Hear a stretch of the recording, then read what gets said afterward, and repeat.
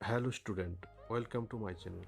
এই ভিডিওতে নবম শ্রেণীর জীবনবিজ্ঞানের model activity task part 1, part 2 এবং পার্ট 3 এর সমস্ত প্রশ্নগুলির উত্তর করে দেওয়া হয়েছে। মডেল অ্যাক্টিভিটি টাস্ক নবম শ্রেণী জীবনবিজ্ঞান পার্ট 1। নিচের প্রশ্নগুলির উত্তর লেখো। 1 দাগ, মাইটোকন্ড্রিয়ার একটি পরিচ্ছন্ন চিত্র অঙ্কন করো এবং নিম্নলিখিত অংশগুলি চিহ্নিত করো: অন্তঃপর্দা, বহিঃপর্দা, ক্রিস্টি, অক্সিজম। তাহলে তোমরা পেন্সিল দিয়ে খুব সুন্দরভাবে একটি মাইটোকন্ড্রিয়ার চিত্র আঁকবে এবং 4টি অংশ চিহ্নিত করবে। দেখো, মাইটোকন্ড্রিয়ার 2টি একক পর্দা, একটা বহিঃপর্দা, বাইরের দিকে পর্দা বহিঃপর্দা আর ভেতরের দিকে পর্দা অন্তঃপর্দা দ্বারা গঠিত। তাহলে বহিঃপর্দা লেবেলিং করবে, অন্তঃপর্দা। এরপর ক্রিস্টি, দেখো মাইটোকন্ড্রিয়ার অন্তঃপর্দা ভিতরের দিকে ভাঁজ হয়ে আঙ্গুলের ন্যায় প্রবর্ধককে বলা হচ্ছে ক্রিস্টি। ক্রিস্টি ও অন্তঃপর্দার গায়ে টেনিস র্যাকেট সদৃশ যে ছোট ছোট দানার বস্তু তাকে অক্সিজম বলা হয়। তাহলে এটা অক্সিজম হবে। আর ভিতর দিকে পর্দা অন্তঃপর্দা, বাইরের দিকে পর্দা বহিঃপর্দা, আর অন্তঃপর্দা ভিতর দিকে ভাঁজ হয়ে যে আঙ্গুলের ন্যায় প্রবর্ধক সৃষ্টি করে তাকে বলে ক্রিস্টি। তাহলে 4টি অংশ লেবেলিং করবে। এর পরের কোয়েশ্চেন, নিম্নলিখিত শনাক্তকারী বৈশিষ্ট্যের ভিত্তিতে মনেরা ও প্ল্যান্টি রাজ্যে পার্থক্য লেখো। কোষ এবং কোষীয় সংগঠনের প্রকৃতি, বাস্তুতান্ত্রিক ভূমিকা। দেখো, এই দুটি বৈশিষ্ট্যের ভিত্তিতে মনেরা ও প্ল্যান্টির পার্থক্য লিখতে হবে। মনেরা ও প্ল্যান্টি রাজ্যে পার্থক্য। বৈশিষ্ট্য মনেরা প্ল্যান্টি। কোষ এবং কোষীয় সংগঠনের প্রকৃতি। 1 নম্বর পয়েন্ট, এই রাজ্যভুক্ত সকল জীব প্রোক্যারিওটিক প্রকৃতির। প্ল্যান্টি 1 দাগ, এই রাজ্যভুক্ত সকল জীব ইউক্যারিওটিক প্রকৃতির। এরপর 2 নম্বর পয়েন্ট, এরা এককোষী, এরা বহুকোষী।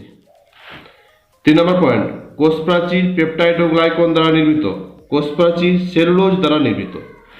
পর্দা ঘেরা কোষাঙ্গাণু থাকে না, পর্দাবিহীন কোষাঙ্গাণু রাইবোজোম থাকে।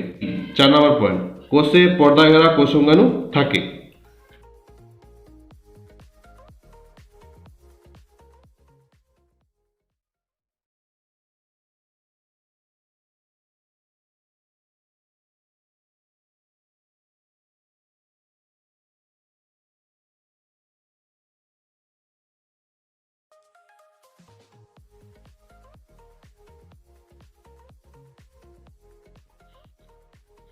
এরপর বাস্তুতান্ত্রিক ভূমিকার ভিত্তিতে পার্থক্য।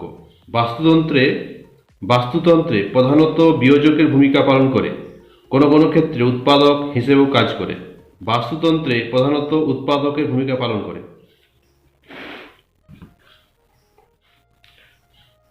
এরপরে যে কোশ্চেনটা ছিল, হাঙর যে শ্রেণীর অন্তর্গত সেই শ্রেণীটির 3টি বৈশিষ্ট্য উল্লেখ করো। দেখো, হাঙর হচ্ছে কন্ডিকথিস শ্রেণীর অন্তর্গত। তারা কন্ডিকথিসের 3টি বৈশিষ্ট্য লিখবে। হাঙর কন্ডিকথিস শ্রেণীর অন্তর্গত। কন্ডিকথিস শ্রেণীর বৈশিষ্ট্য। 1 নম্বর পয়েন্ট, এই শ্রেণীর প্রাণীতে অন্তঃকঙ্কাল তরুণাস্থি নির্মিত। 2 নম্বর পয়েন্ট, সমগ্র দেহ আনুবীক্ষণিক প্লাকোয়েড আঁশ দিয়ে আবৃত। 3 নম্বর পয়েন্ট, পুচ্ছ পাখনা হেটারো সার্কেল প্রকৃতির, অর্থাৎ লেজের খণ্ডক দুটি অসমান, পটকা থাকে না।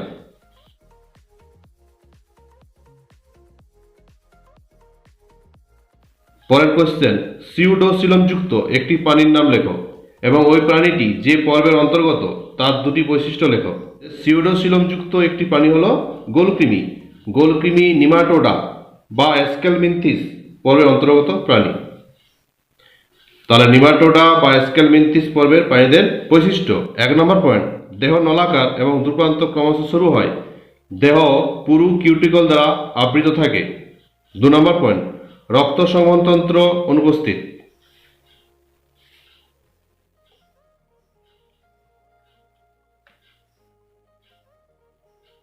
এরপর একটা কোশ্চেন দেওয়া আছে, আরশোলার আর্থ্রোপোডা পর্বে অন্তর্ভুক্তির সপক্ষে 2টি যুক্তি দাও। আরশোলাকে আর্থ্রোপোডা পর্বে অন্তর্ভুক্ত করার কারণ। 1 নম্বর পয়েন্ট, এই পর্বের প্রাণীদের দেহ খণ্ডযুক্ত হয় এবং প্রতি খণ্ডকে একজোড়া করে সন্ধিলোপাঙ্গ থাকে, যা আরশোলাতেও দেখা যায়। 2 নম্বর পয়েন্ট, এই পর্বের প্রাণীদের দেহে রক্তপূর্ণ দেহগহ্বর বা হিমোসিল থাকে, যা আরশোলাতেও থাকে। সেজন্য আরশোলা আর্থ্রোপোডা পর্বের অন্তর্ভুক্ত।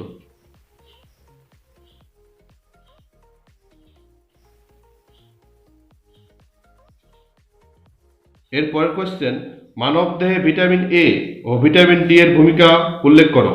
মানবদেহে ভিটামিন এ এর ভূমিকা। 1 নম্বর point, vitamin A retina rod কোষ গঠনে সাহায্য করে এবং রাতকানা ও অন্ধত্ব রোগ প্রতিরোধ করে। 2 নম্বর পয়েন্ট, ভিটামিন এ প্রাণীদেহে রোগ প্রতিরোধক ক্ষমতা বৃদ্ধি করে। 3 নম্বর পয়েন্ট, ত্বকের স্বাভাবিক সুস্থতা বজায় রাখে। 4 নম্বর পয়েন্ট, দেহের সামগ্রিক বৃদ্ধিতে সাহায্য করে।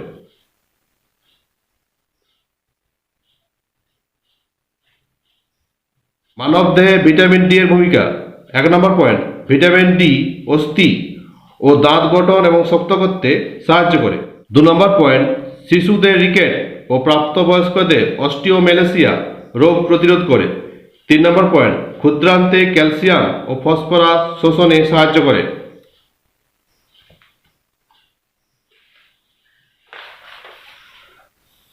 এর সঙ্গে একটা কোশ্চেন ছিল, ভাজক কলার বৈশিষ্ট্য লেখো। ভাজক কলার বৈশিষ্ট্য। 1 নম্বর পয়েন্ট, ভাজক কলার কোষগুলি আকারে সাধারণত ছোট এবং দৈর্ঘ্যপ্রস্থে প্রায় সমান হয়।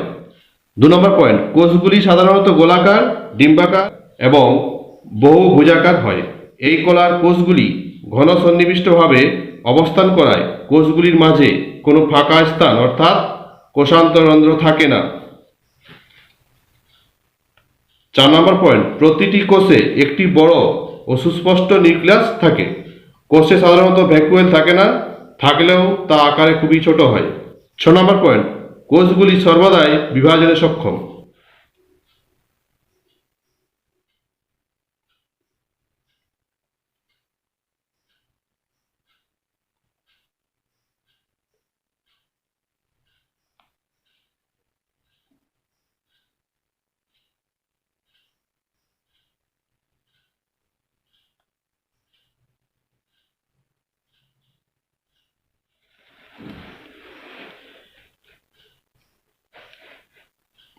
এরপর তোমরা ভাজক কলার বৈশিষ্ট্য লেখার পর এই ছবিটা আঁকবে। দেখো, এই 3টি অংশ লেবেলিং করবে। সাইটোপ্লাজম, এটা সাইটোপ্লাজম, এটা হচ্ছে কোষ প্রাচীর, এটা নিউক্লিয়াস। পার্ট 2 এর যে প্রশ্নগুলি দেওয়া আছে, নিচের প্রশ্নগুলি উত্তর লেখো। 1 দাগ, নিউক্লিয়াসের একটি পরিচ্ছন্ন চিত্র অঙ্কন করে নিম্নলিখিত অংশগুলি চিহ্নিত করো। নিউক্লিওপ্লাজম, নিউক্লিওজালিকা, নিউক্লিওপর্দা, নিউক্লিওলাস। একটি নিউক্লিয়াসের পরিচ্ছন্ন চিত্র অঙ্কন করে এই 4টি অংশ চিহ্নিত করবে। এখানে তোমরা নিউক্লিয়াস ছবি দেখতে পাচ্ছ। নিউক্লিয়াসের যে 4টি অংশ চিহ্নিত করতে হবে, নিউক্লিওপর্দা, নিউক্লিওপ্লাজম, নিউক্লিওলাস, নিউক্লিওজালিকা। নিউক্লিওপর্দা এটি দ্বিস্তরীয় আবরণী পর্দা।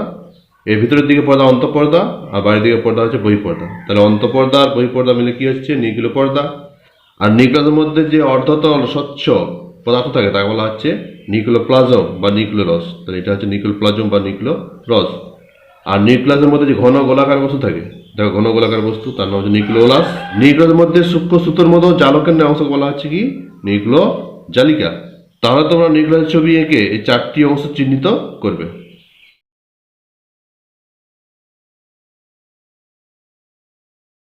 পরের কোশ্চেন, জীবদেহে প্রোটিনের গুরুত্ব ব্যাখ্যা করো।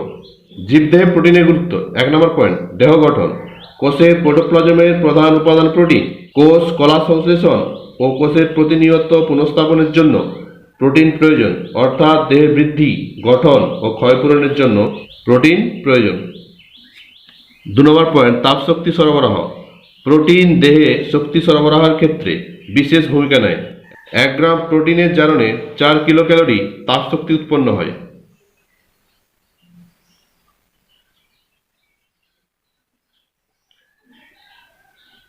3 নম্বর পয়েন্ট, উৎসেচক রূপে প্রোটিনের ভূমিকা।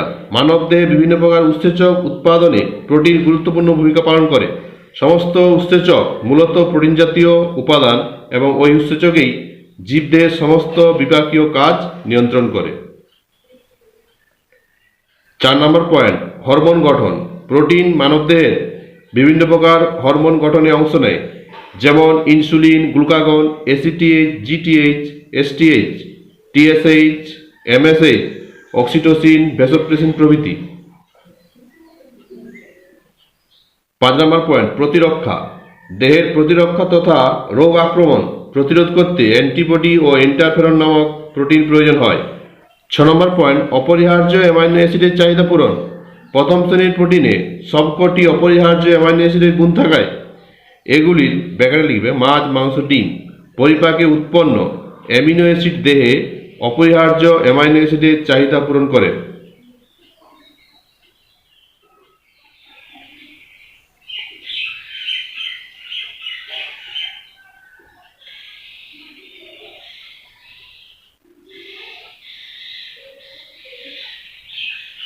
একটা কোশ্চেন ছিল যোগ করার কাজ লেখো। করার কাজ 1 নম্বর পয়েন্ট, সংযোগ রক্ষা। যোগ কলা দেহের অন্যান্য কলা ও অঙ্গসমূহের মধ্যে সংযোগ রক্ষা করে। পয়েন্ট, ভার বহন।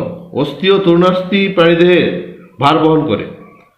3 নম্বর পয়েন্ট, খাদ্য সঞ্চয়। অ্যাডিপোজ কলা ভবিষ্যতের জন্য খাদ্য সঞ্চয় করে। 4 নম্বর পয়েন্ট, প্রতিরক্ষা। শ্বেত রক্তকণিকা জীবাণু ধ্বংস করে ও অনাক্রমতা বৃদ্ধি করে। দেহ প্রতিরক্ষায় বিশেষ ভূমিকা পালন করে। 5 নম্বর পয়েন্ট, পরিবহন। রক্ত, শ্বাসবায়ু ও অন্যান্য পদার্থকে দেহের এক স্থান থেকে অন্য স্থানে পরিবহন করে।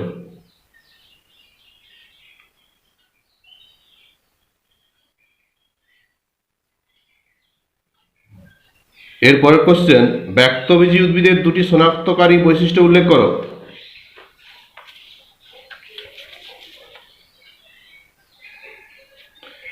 দেখো, ব্যক্তবীজী উদ্ভিদের দুটি শনাক্তকারী বৈশিষ্ট্য। 1 নম্বর পয়েন্ট, অধিকাংশ উদ্ভিদই দীর্ঘ কাষ্ঠযুক্ত হয়। বহুবর্ষজীবী চিরহরিৎ বৃক্ষজাতীয় বা গুল্মজাতীয় উদ্ভিদ। রেণুধর উদ্ভিদদেহটি মূল, কাণ্ড, পাতা, ফুল ও বীজের সমন্বয়ে গঠিত। 2 নম্বর পয়েন্ট, এদের ফুল সর্বদা একলিঙ্গ, সরল ও নগ্ন প্রকৃতির। বৃত্তি ও দলমণ্ডল থাকে না। বীজ উৎপন্ন হলেও ফল সৃষ্টি হয় না বলে বীজ নগ্ন অবস্থায় থাকে।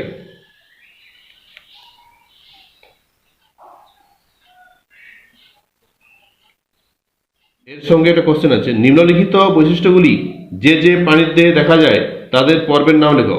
নিডোব্লাস্ট কোষ, কম্বোপ্লেট, টিউবফিট। দেখো, নিডোব্লাস্ট কোষ দেখা যায় হাইড্রার দেহে। হাইড্রা হলো নিডারিয়া পর্বের অন্তর্গত। তাহলে নিডোব্লাস্ট কোষ দেখা যায় নিডারিয়া পর্বের অন্তর্গত প্রাণীদের।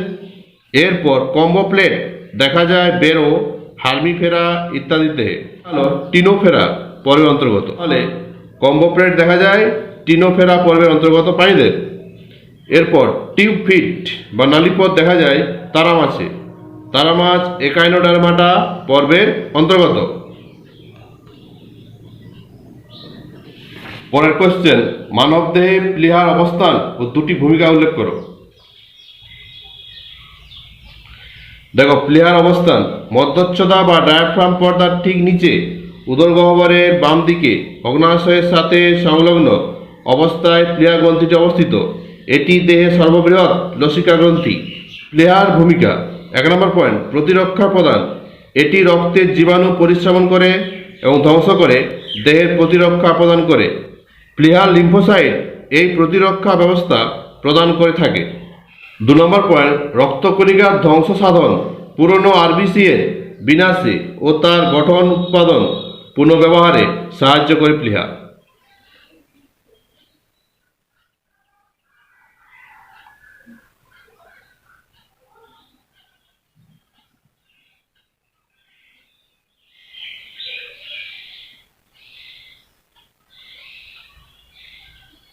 এর সঙ্গে একটা কোশ্চেন আছে, প্রাণীকোষে বিভাজনের সেন্ট্রোজোমের গুরুত্ব নির্ধারণ করো। দেখো, প্রাণীকোষে বিভাজনে সেন্ট্রোজোমের গুরুত্ব।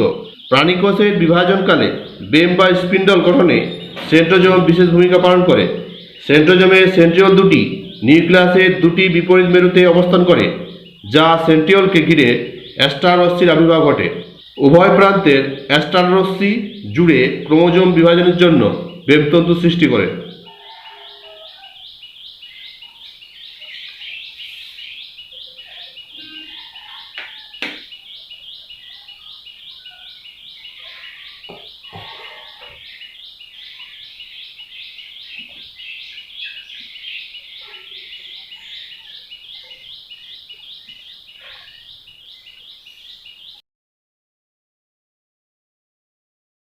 পার্ট 3 এর প্রশ্নগুলির উত্তর ডেসক্রিপশন বক্সে দেওয়া লিঙ্ক থেকে পেয়ে যাবেন।